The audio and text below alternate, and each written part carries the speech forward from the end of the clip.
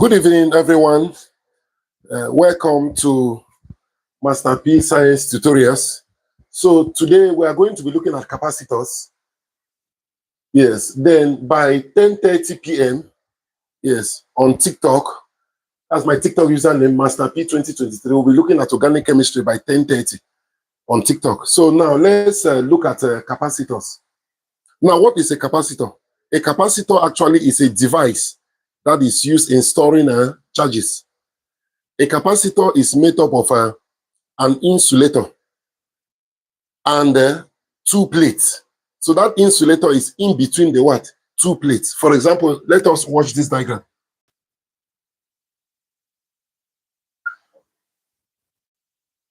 This is our insulator.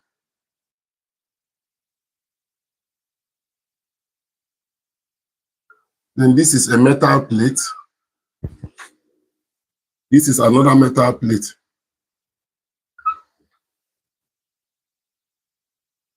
So this is, yes, insulator. Insulator, e.g. Nika is a good example of an insulator. An insulator is a device used in storing charge. Then this one is a plate made up of metal, so called a metal plate. Metal plate. Then this one is another metal plate. Yes, so yes, a capacitor is made up of two metal plates and an insulator in between the plates. Yes, so and a capacitor is actually a device that is used in storing charges. Then a capacitor is made up of capacitance. What is capacitance? The capacitance is the charge storing ability of an insulated conductor. Mathematically, the capacitance can be defined as the ratio of the charge to the potential difference. So let's look at it on the board.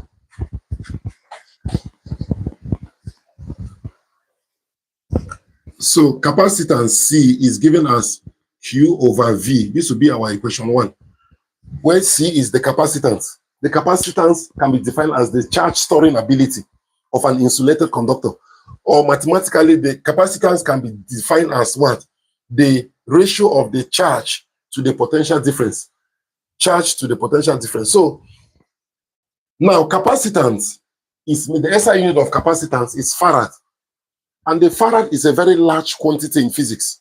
The farad is a very large quantity in physics because we know that 1 farad is equals to 96,500 coulombs. So the farad is a very large quantity in physics. So to get a capacitance of 1 farad in real life is extremely difficult. So that's why we use smaller units like microfarad. Microfarad. The word micro means 1 out of a million. So micro means 10 to the power negative 6. We have things like microfarad. We have nanofarad. Nano. That word nano means 10. So when you have micro is 10 to the power negative 6. Nano is 10 to the power negative 9. We have pico.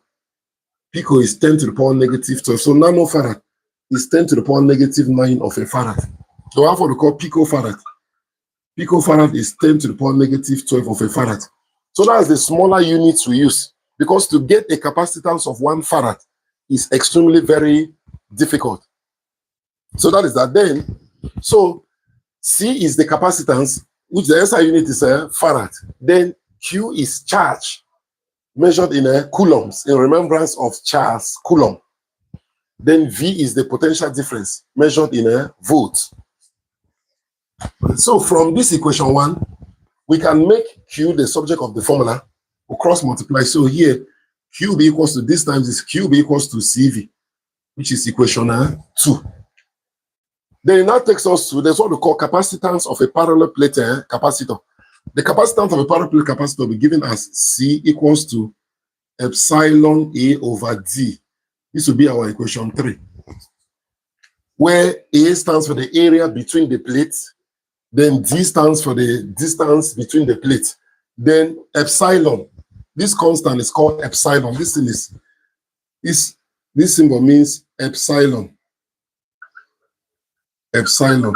And this epsilon means permittivity of the permittivity of the medium. Epsilon is the permittivity of the medium. Then there's what we call the dielectric constant. Dielectric constant. The dielectric constant K is given as the capacitance of the medium all over the capacitance of free space. This we call it equation 4. They also have what they call the relative permittivity. Relative permittivity.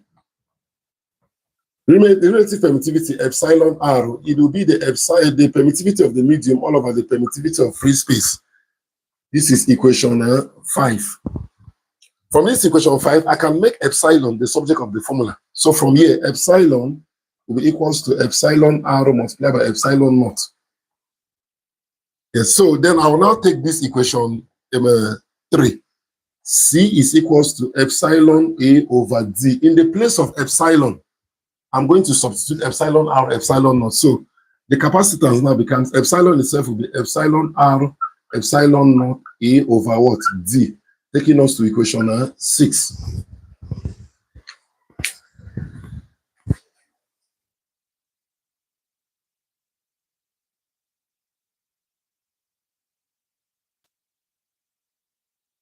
Yes, taking us to equation 6. So this is now, then from here, let's proceed. Because after that, I will now give some numerical questions and some past questions, both O-level and advanced level questions and example. So please welcome to my YouTube channel. This niche is based on sciences. Yes, so I do take online lessons on biology, chemistry, physics, mathematics, and further maths, both O-level and advanced level. Yeah, so then I am always live on TikTok. You can always, this is my TikTok username is Master P 2023. So I'll also be live on TikTok by 10:30 teaching organic chemistry, giving the preamble, the fundamentals, what organic chemistry is all about. So you can join me also on my YouTube channel, Master P 2023. By 10:30, we'll be taking on what? Organic chemistry, the fundamentals of what organic chemistry is all about.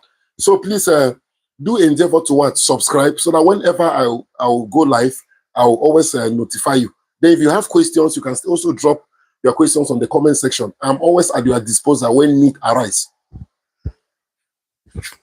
So let's move further.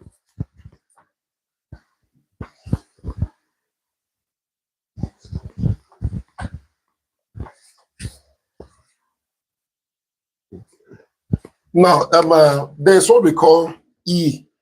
E is called electric field strength. Electric field strength, or can still call it electric field intensity. Electric field strength or electric field intensity. Now, the electric field strength can be given as V over D. This will be equation 7. Yes, so that electric field can be V over D. Then electric field strength also, E, can be given as how are we going to put it? Let's say, yes, it can be given as Q all over A. Yeah, Q all over A. Let's use Q over A will not make sense. Let us use it as the electric force per unit charge, Q. This becomes equation 8. So we have many expressions for electric field intensity. Let me use this one first. Electric field intensity or electric field strength, or what they call field intensity, has many names. E can be electric field strength or electric field intensity, or you can call it field intensity or field strength. So this is given as V over D, where V is the potential difference in volt, D is the distance between the plates measured in meters. Then electric field strength can be defined as the force per unit charge. For that, the amount of force acting on a charge of 1 coulomb, where F is in Newton, Q is in coulombs, then E will be what? Newton per coulomb. So the SI unit of electric field strength is Newton per coulomb or volt per meter. Or here is measured in volt, here is measured in meter. So this is what we have, this is equation 8.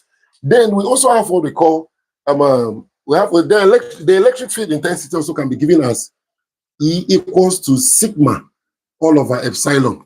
That's another expression for the electric field intensity. Sigma over epsilon, that's equation 9.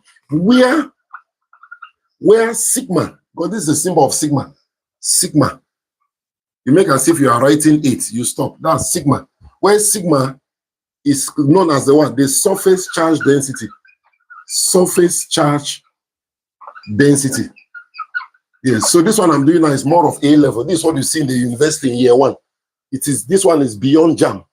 Yes, it is what you see in the university in year one. You're doing something like physics in year one. These are the type of things you see. So now, where sigma is equals to the surface charge density. What is surface charge density? Surface charge density is defined as the amount of charge per unit area.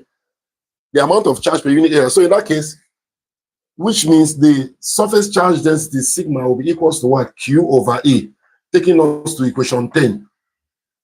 That's surface charge density. The SI unit is coulombs per meter square because charge is measured in coulombs. Then area is measured in meters square. So this will be what? Coulombs per meter square. Please, that coulomb must be capital C because it's coming from a scientist's name known as Charles Coulomb. Charles Coulomb.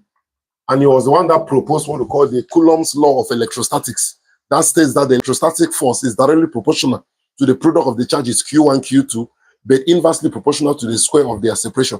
We will still come to that. What comes to Coulomb's law of electrostatics. So this is what we have. Then let's go back to equation 9. From equation 9, we now, this thing can be written as E, this one can be written as 1 all over epsilon multiplied by sigma, because 1 times sigma will still give me back my sigma. So from here, I will get E will be the same as 1 over epsilon times sigma. Sigma is what? Q over A. So this will be what? Q over A. So here, this will give me E to be equals to 1 times Q will be what? Q all over epsilon A, making this to be equation what? 11. Now, that's equation 11. So now what happened now is that, let me indicate something here. So this will give us, let's comparing equation 10 and what? 11. So comparing equations 10 and 11. What would I get from here? I have that is, no, is it, not 10 and 11? No, I'll compare this equation. Not 10 and 11. I'm not comparing 10 and 11. This is equation 11. This is equation 10. Then I have 9. I think equation 8. I want to compare it with this equation. I think equation 8. V over D. So those are the two I'm comparing. Yes, I think equation 8 and equation 11. I think 8 and 11. So here I have E equals to Q all over epsilon A. Then here I have E equals to V over D. So what do we notice? Since E is equals to E, then this will be, since the left hand side is equals to the left hand side here, then the right hand side equals to the right hand side. So we'll have Q over epsilon A will be equals to V over D. So from here, what would I do? Because generally in mathematics, if you have something like maybe AC equals to BD, you can make A over B the subject of the formula. So here, A over B, if I carry one of the component here, makes the denominator here, I must take one of the component this way and make it the denominator. So it's the same thing. A times C will give me this, B times C will give me this. So here, I will just carry this component here, carry this component here. So this will give me Q over V will be the same as epsilon A over D. It's the same thing. Because this times this is the same as this times this. Q times the same as Q times this. You will now notice V over Q over V will give us our equation 1, which was what? Capacitance. We said initially that the capacitance is defined as the word charge per unit volt. If you look or watch the equation 3 I gave you, my capacitance of a parallel plate capacitor, I said it was what? Epsilon A over D. So these two equations goes further again to take us back to what we started initially.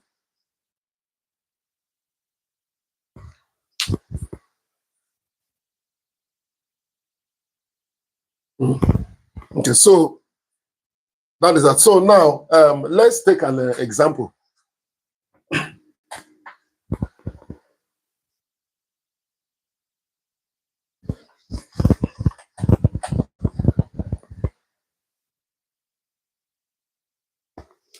So examples. The first one, a charge of 5 times 10 to the power negative 4 has a PD, potential difference, of 4.0 volt, full stop. Find the capacitance.